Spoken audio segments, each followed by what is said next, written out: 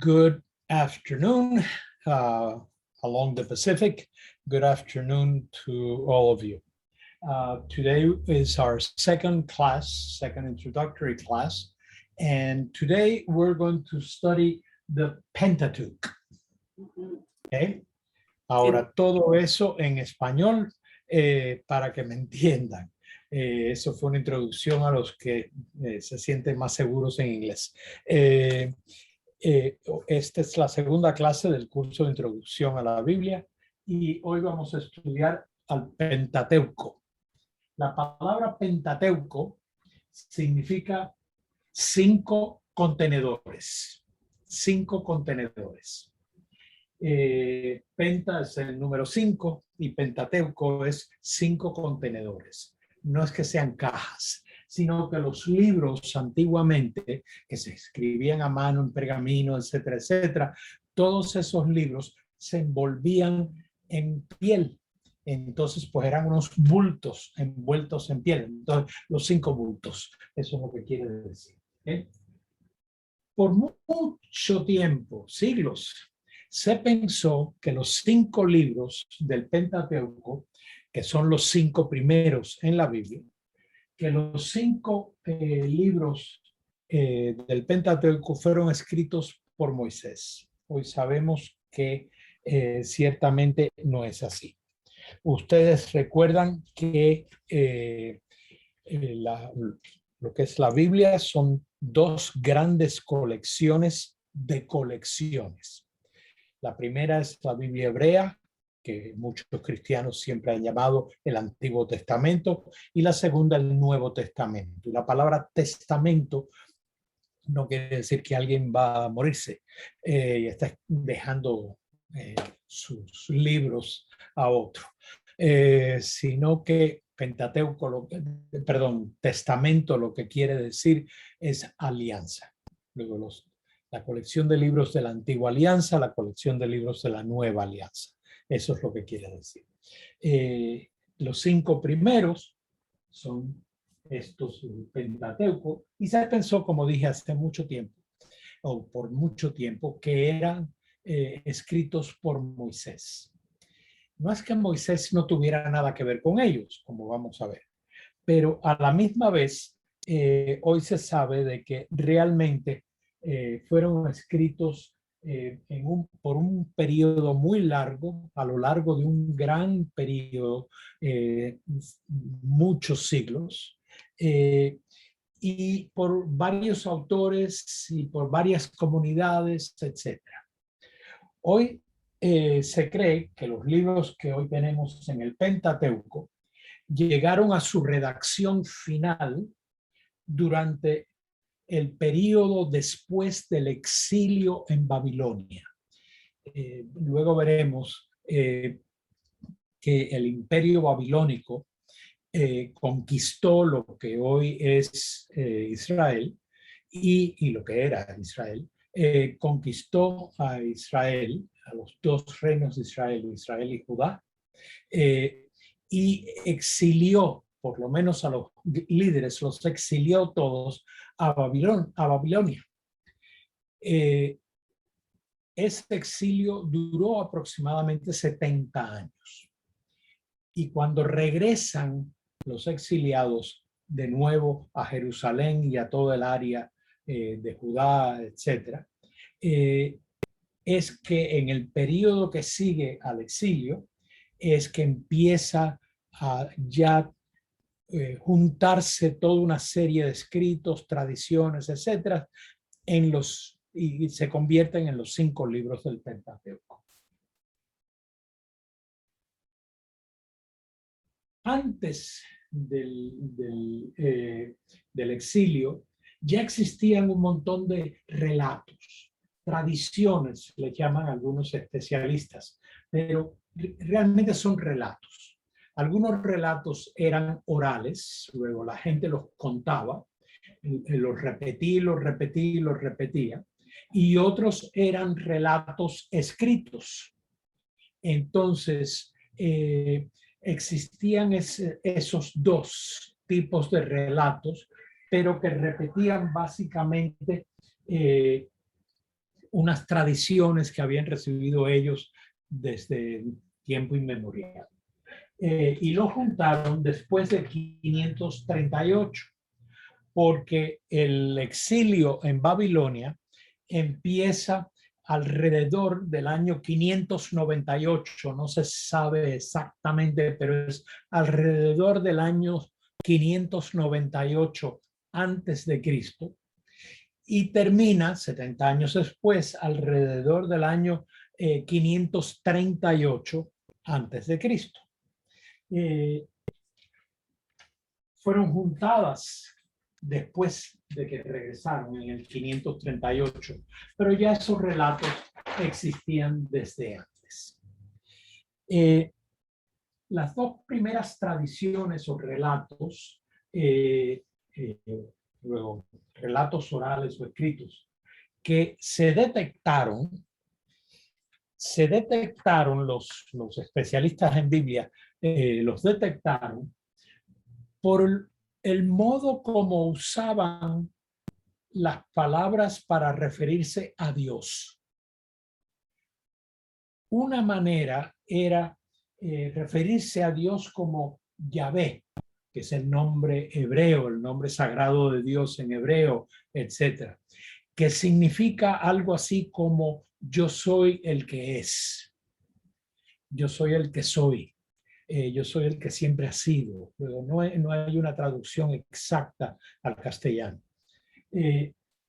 Y Yahvé, esa palabra, en hebreo antiguo se escribiría hoy, no usaban las letras que usamos nosotros, pero se escribirían hoy usando la letra J. Entonces, Yahvé, toda una tradición, un relato en que aparece el Dios siempre referido como Yahvé, le llaman la tradición J. Luego, el relato J, para poder identificarlo, poder detectarlo. Y había otros relatos, o hay otros relatos, que se refiere a Dios como Elohim, que es un nombre más genérico, el divino, lo divino, Dios, pero con D minúscula si quiere. Y porque se usan la palabra Elohim para referirse a Dios, entonces ese relato, esa tradición, se le ha nombrado E. Y estos dos, la tradición J y la tradición E, fueron escritos o compuestos alrededor de los siglos X y IX antes de Cristo. Acuérdense que el calendario nuestro supone que en el año 0 nace Jesús de Nazaret. Hoy sabemos que Jesús de Nazaret nació antes de Cristo. Luego, el calendario nuestro está equivocado por alrededor de 4 años. Pero todos los siglos antes del año 0, que es el supuesto nacimiento de Cristo, todos esos siglos antes del año 0 van bajando, el siglo X, el siglo IX, el siglo VIII, el siglo VII, etcétera, etcétera. Los números van al revés de como los hacemos ahora, que es el año 0, el siglo I, el siglo II, el siglo III, el siglo IV, hasta el siglo XXI en que estamos nosotros. Entonces, en los siglos X y IX antes de Cristo aparecen estos dos relatos.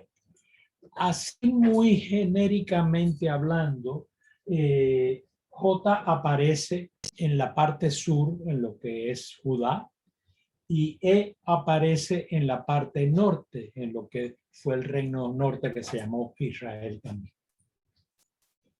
Luego, brotando alrededor del siglo VII antes de Cristo, se detectó otro relato, o se detecta que hay otro relato que le pusieron por nombre D, por ser el autor del libro del Deuteronomio que aparece en el Pentateuco. y le llaman la tradición o el relato deuteronomista.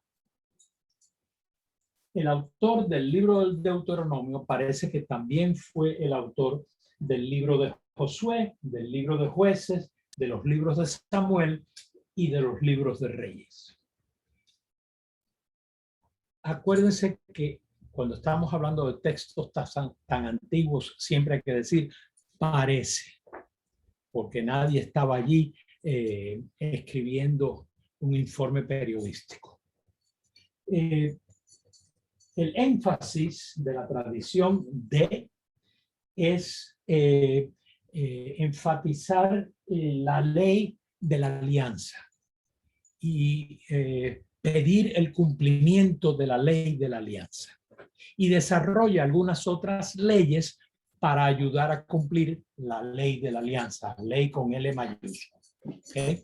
Lo que pide la alianza que Dios había establecido con el pueblo de Israel.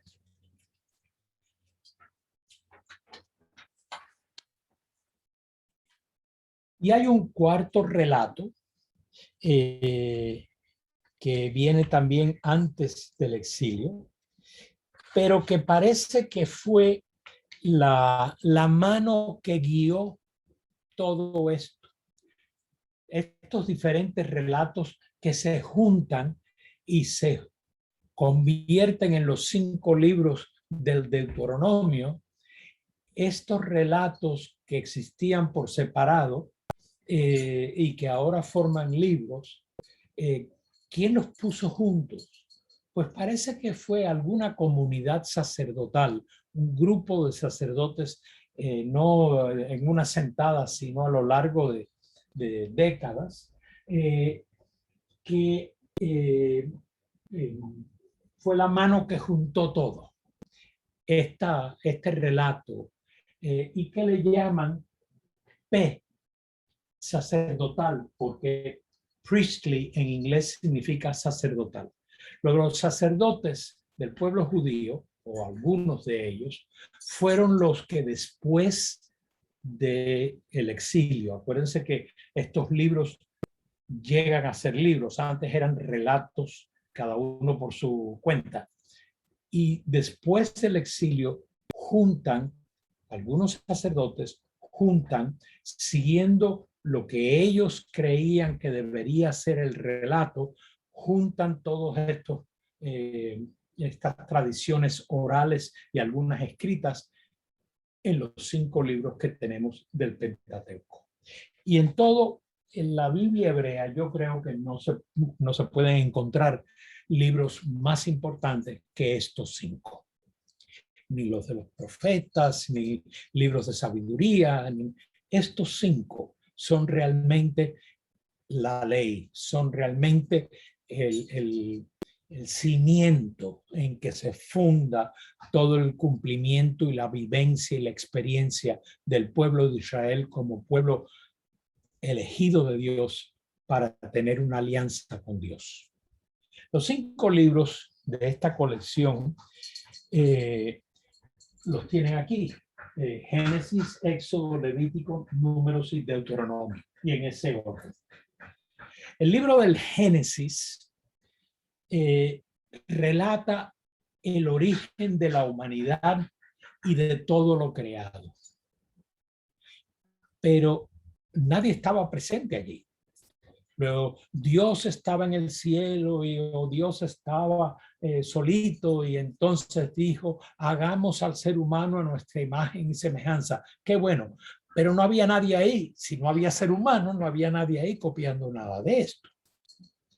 Y lo digo porque hay que entender de que los relatos que están especialmente en los primeros 11 capítulos, los primeros 11 capítulos del libro del Génesis, nadie pretendía ni debe pretender que estos son libros históricos. Luego en 7 días Dios dijo esto y lo otro y lo demás allá. Si no había nadie por ahí, ¿quién puede decir de qué? Luego, estas son tradiciones, relatos, recuerdos, momentos de sabiduría, etcétera, que aparecen poco a poco por escrito. Por ejemplo, los 7 días de la creación, si ustedes se fijan en el libro del Génesis, tienen como un estribillo que se repite. Y Dios vio que era bueno. Y Dios vio que era bueno. Y Dios vio que era bueno. ¿Por qué el estribillo? Porque parece que todo eso del primer capítulo del Génesis era un canto que cantaban ellos con el estribillo. Luego un cantor iba cantando lo que pasó el primer día y el pueblo decía, y Dios vio que era bueno. Y el cantor seguía tarará, y Dios vio que era bueno. En nuestras iglesias usted puede ir hoy y va a oír cómo hay cantos en que hay un cantor y el pueblo repite un estribillo. Ese es el origen del primer capítulo de Génesis. Y por lo tanto no es que nadie se haya puesto a copiar lo que no había nadie que copiara. Pero no se tome literalmente lo que estoy diciendo.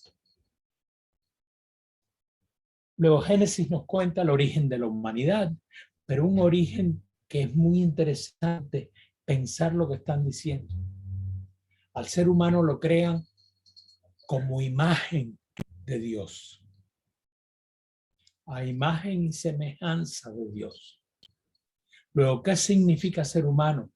Ser imagen de Dios. Por lo tanto, lógica saltando, los judíos no tienen imágenes de Dios, estatuas de Dios. ¿Por qué? Mírese usted, eso es la imagen de Dios. Pero ¿cómo va a ser? Es que no es por el cuerpo, es quienes somos. Y eso lo veremos en un segundo. El libro del Génesis, después de contarnos el origen de la humanidad y todo lo demás a través del canto este con su estribillo, nos habla entonces, pasa y nos habla del primer pecado. El pecado original, porque es el primer pecado, no por otra razón. El primer pecado. Pero el primer pecado viene después que nos han contado la primera tentación. Entonces, Adán y Eva no sabían escribir. Entonces, de nuevo, los primeros 11 capítulos de Génesis no se deben tomar literalmente. Adán lo que significa es humano, literalmente, ser humano. Entonces, y Eva es ser humano con vientre. Entonces, ¿cuál es la primera tentación en la que caen los humanos y hacen, especialmente el humano, es un mundo machista, el humano que es Adán? ¿Qué es lo que hace que caiga en tentación? Dice que la primera tentación fue decir, come esto. Bien podrían haber dicho, haz esto, aquello, no importa qué, pero haz esto, come esto. Y van a ser como dioses. Ay, es que ellos quieren imitar a Dios. Fíjate lo que está por detrás de eso. No sean lo que son. Cualquiera que se ponga a pensar sabe perfectamente que un ser humano nunca va a ser Dios. Por lo menos en las creencias de Israel. Un ser humano nunca va a poder ser Dios. Luego que la tentación sea, van a ser como Dios. ¿Qué es lo que está en el fondo? No sean lo que Dios los ha creado para ser. En otras palabras, come esto para que no seas un ser humano, para que no seas imagen de Dios.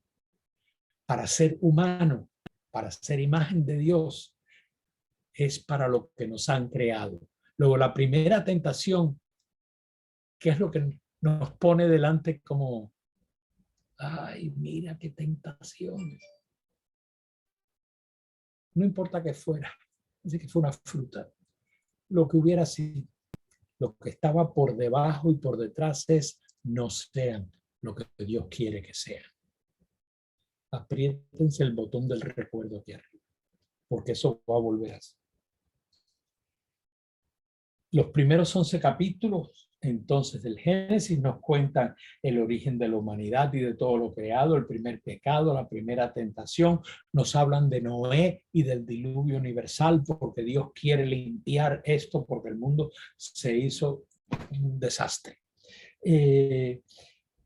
Pero con el capítulo 12 ya dejamos estos relatos que son más poesía y más, porque no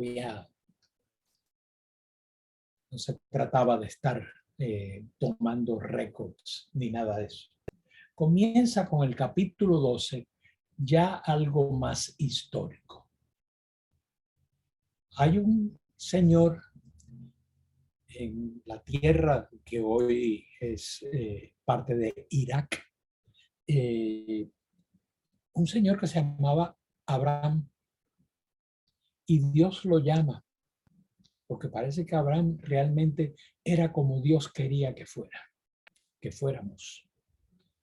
Y le dice a Abraham, tú ven, sal de esa tierra, que yo te voy a llevar a otra tierra y te la voy a dar a ti y a tus descendientes.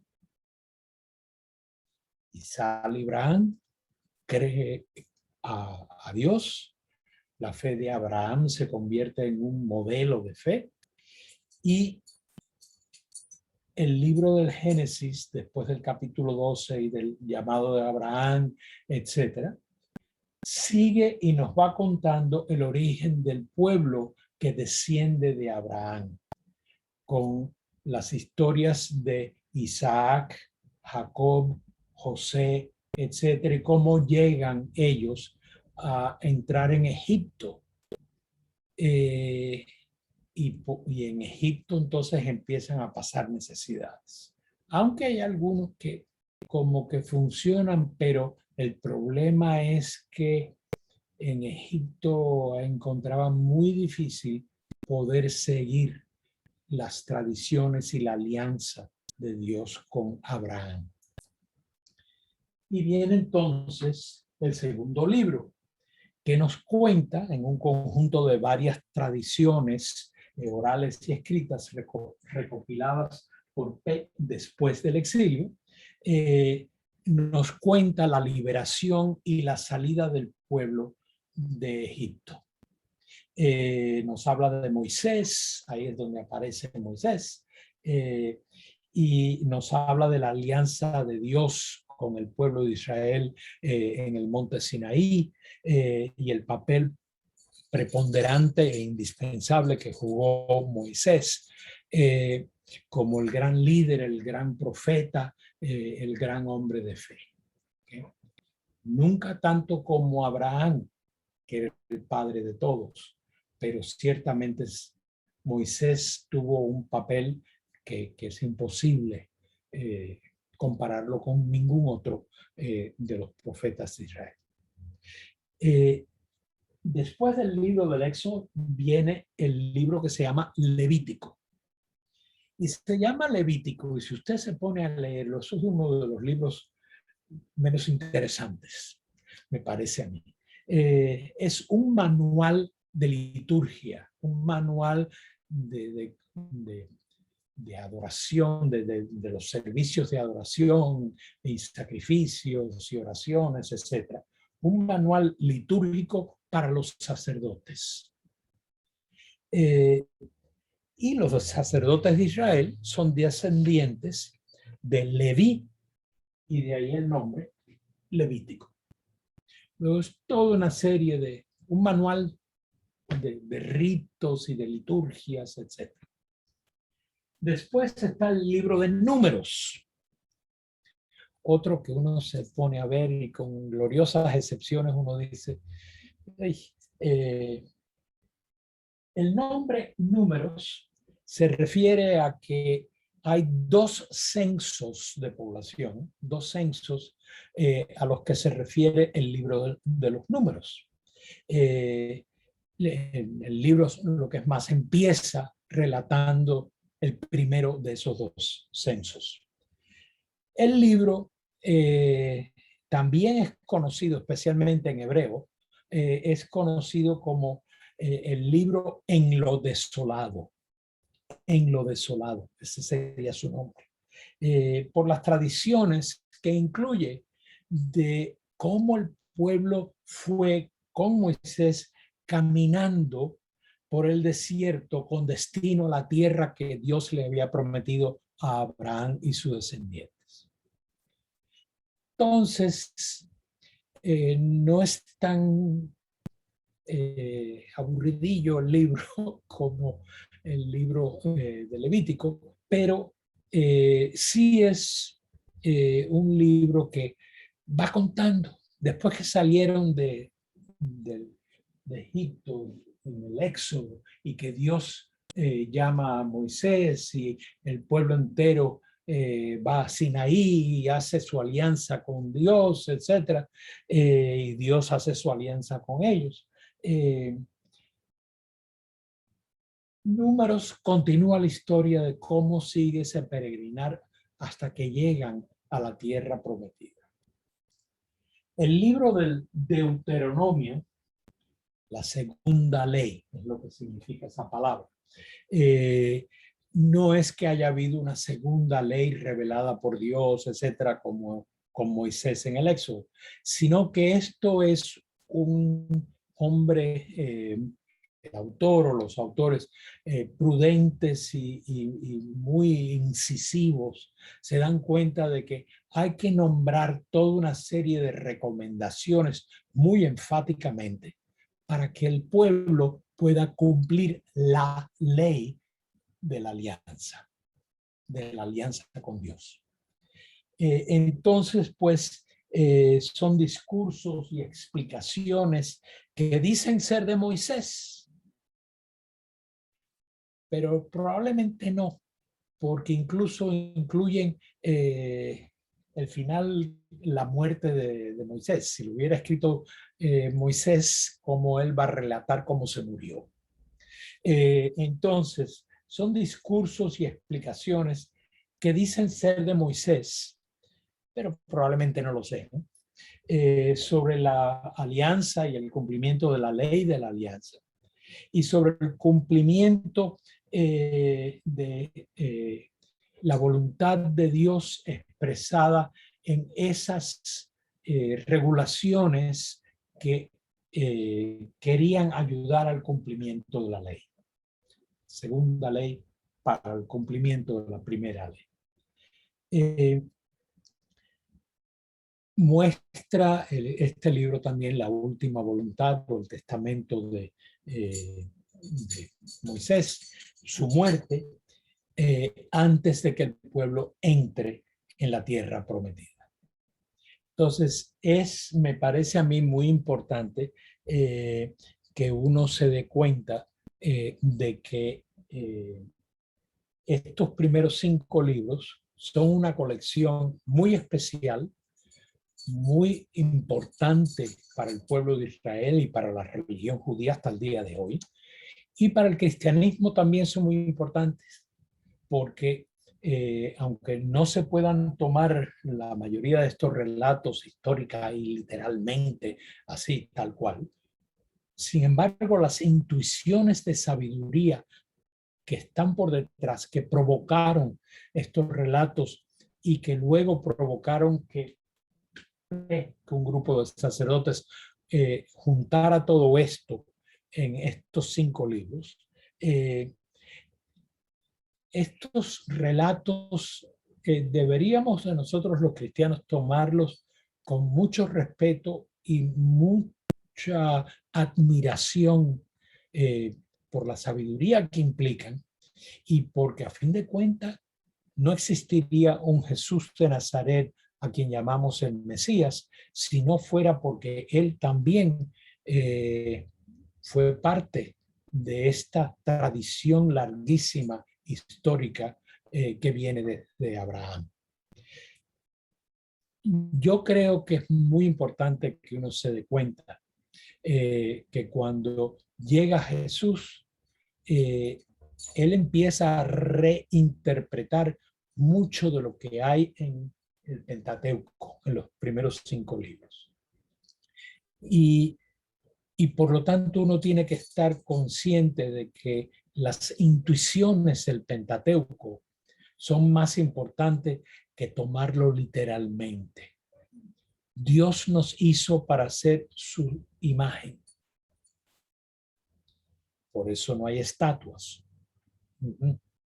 Y no es que ahora yo me ponga a decir, ay, no tenga un crucifijo en su casa o no tenga una estatua del santo que sea. No, de eso no se trata. Podemos tener una estatua de Lincoln en un parque y eso no quiere decir que ese sea Lincoln, por favor de Dios. O yo puedo tener una foto de mi mamá y eso no quiere decir que el pedazo de papel sea mi mamá. No podemos ponernos a decir tonterías. Pero sí me parece de que uno tiene que estar pendiente de las intuiciones sabias que están por detrás de estos relatos tan tempranos. Y que uno se dé cuenta de que ya en el siglo X por ahí, ya estaban, antes de Cristo, ya estaban ellos diciendo lo que significa ser humano es ser reflejo, imagen de Dios. Por eso no tenemos imágenes de Dios. Si usted quiere encontrar a Dios, vaya a su prójimo. Jesús va a decir eso. Si usted quiere entender a Dios, ¿qué es lo que hace que Dios sea Dios? Y Jesús nos va a decir, Dios es solidaridad, Dios es amor, etc. Y si Dios es eso, ser imagen de Dios, entonces significa que yo tengo que reflejar solidaridad. Yo tengo que asegurarme que el prójimo en su vida refleje quién es, etcétera, etcétera. Luego, son muchas de estas intuiciones que a veces uno no se da cuenta que Jesús respiró, se alimentó de todo este mundo del Pentateuco y de que no es simplemente unas líneas sacadas de contexto. Son las intuiciones que a lo largo de los siglos llegan a escribirse como cultural y lingüísticamente podrían hacerlo en su época. Nosotros hoy en día tenemos maneras de decir muchas cosas. Yo creo que yo les mencioné la semana pasada de que si uno toma una expresión lingüística en español como por si las moscas y simplemente las traduce esas palabras al inglés for if the flies, eso no tiene sentido alguno. Pero si uno se da cuenta qué están diciendo detrás de esa expresión en español, por si las moscas.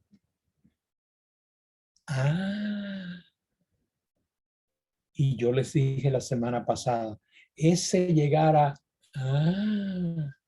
de eso se trata cuando uno empieza a leer estos textos del Antiguo Testamento que tienen tantísimos siglos de escritos.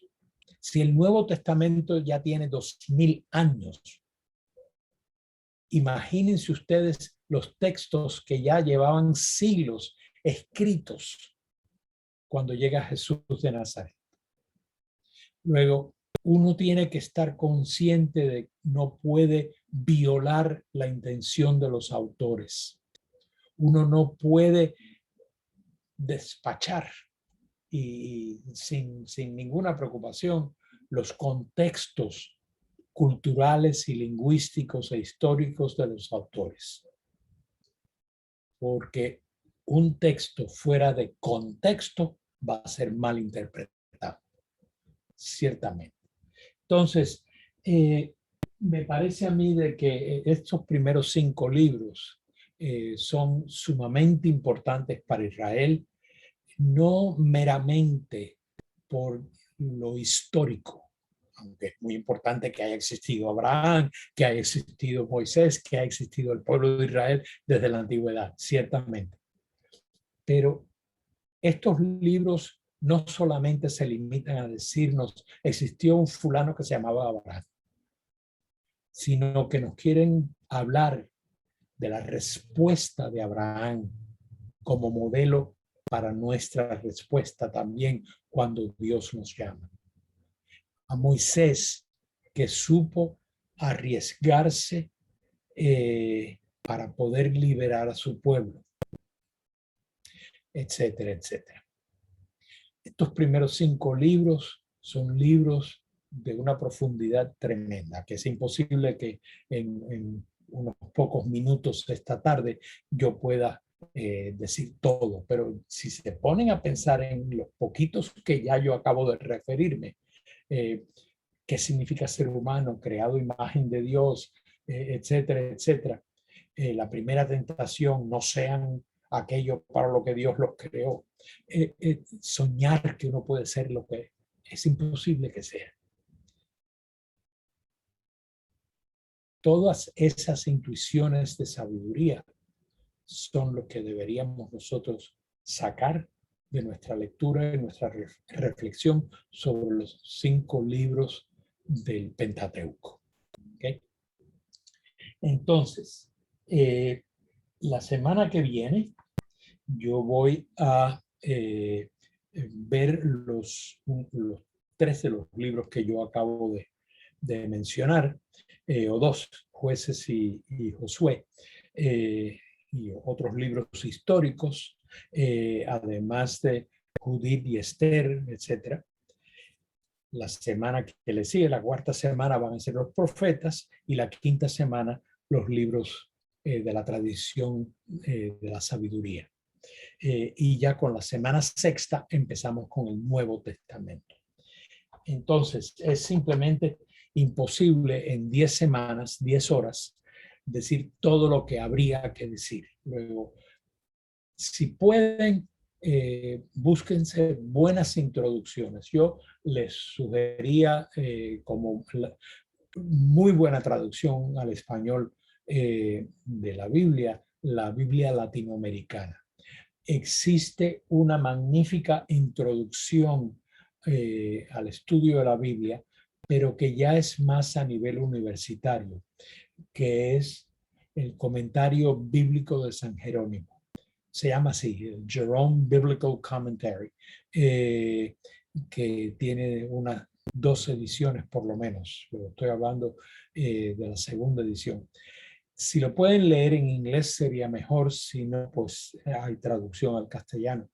El problema es que si no se tiene una educación a nivel universitario, quizás sea un poco difícil.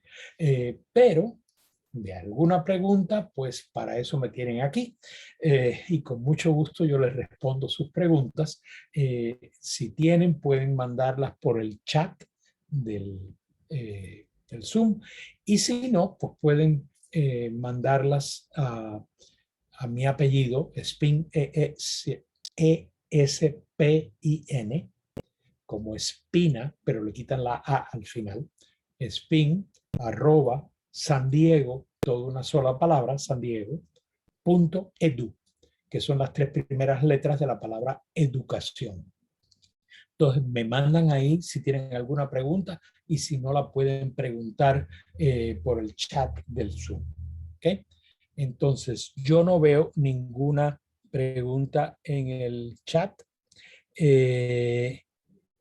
Así que no sé si los que están presentes tienen alguna pregunta que quieran hacer.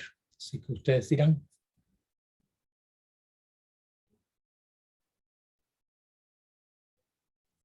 Llegó una pregunta por chat. A ver. Lo siento, no es pregunta, es su No es pregunta, es la dirección de correo electrónico que yo les acabo de decir, de spin@sandiego.edu. Luego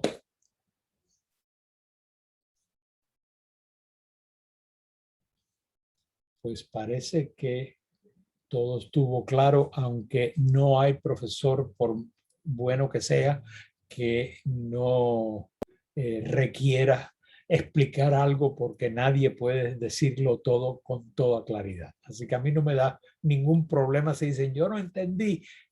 Pues más de una vez he dicho yo eso a mis profesores. Yo no entendí, vuelvo a explicar. Así que con mucho gusto. Si por una de esas casualidades no consiguen mandar la pregunta, pues entren en el Zoom y entonces, pues, bueno, eh, entren en el Zoom y de la semana que viene y me mandan ustedes preguntas sobre esta semana. Luego, la cosa es que todos aprendamos y para eso un servidor y la catedral están brindando este servicio. Y cuéntenle a toda la gente, amistades de ustedes, que este curso está sucediendo para poder también servir a mayor número. Y si están en San Diego, acuérdense de que la Catedral de San Pablo, que está junto al Parque Balboa en San Diego, a la 1 de la tarde, todos los domingos, tiene liturgia en español, tiene una misa en español. Y un servidor tiene la buena suerte de predicar todos los domingos. ¿Okay? Bueno, ¿algo más? Muy bien. Nos vemos la semana que viene entonces. Muchísimas gracias.